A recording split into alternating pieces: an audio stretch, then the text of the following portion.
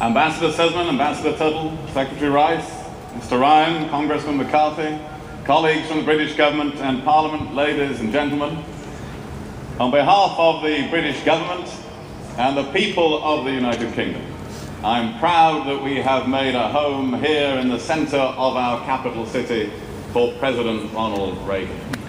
And for me,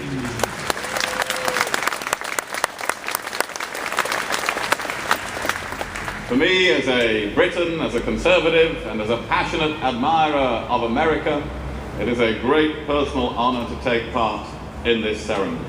The ranks of great men and women whose statues adorn our London streets, Nelson, Wellington, Lincoln, Churchill, Roosevelt, Edith Cavell, Nelson Mandela, will now be joined by Ronald Reagan.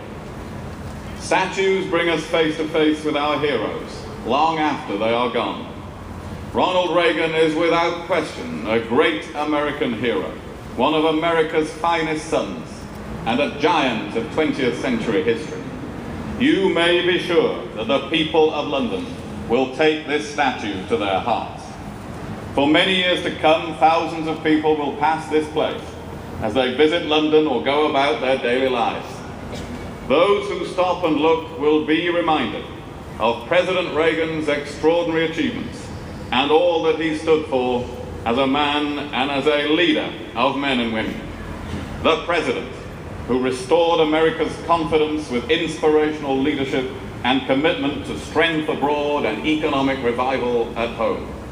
His shining optimism that America's best days were still ahead was vindicated not only during his presidency, but by all that the nation he so dearly loved has accomplished since then.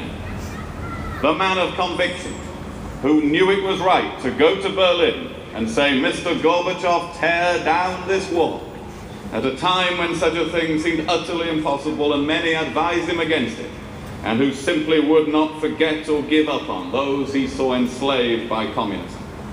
The statesman, who in the words of Prime Minister Margaret Thatcher, won the Cold War by inviting enemies out of their fortress and turning them into friends. The peacemaker, who was prepared to seek reconciliation with the Soviet Union, but who never wavered in exposing its flaws and so hastened its demise. The negotiator, architect of the first treaty that made real progress on nuclear disarmament and began to turn the tide of fears of nuclear holocaust. The great idealist, who, were he alive today, might well be saying now, "It's morning in the Middle East," spurring us on to help those in the region seeking freedom. And on top of his achievements as president, we remember Ronald Reagan for his extraordinary human touch. When the Space Shuttle Challenger exploded before the eyes of a shocked world, and 7 brave men and women died, he offered comfort to the American people with a grace and compassion that has seldom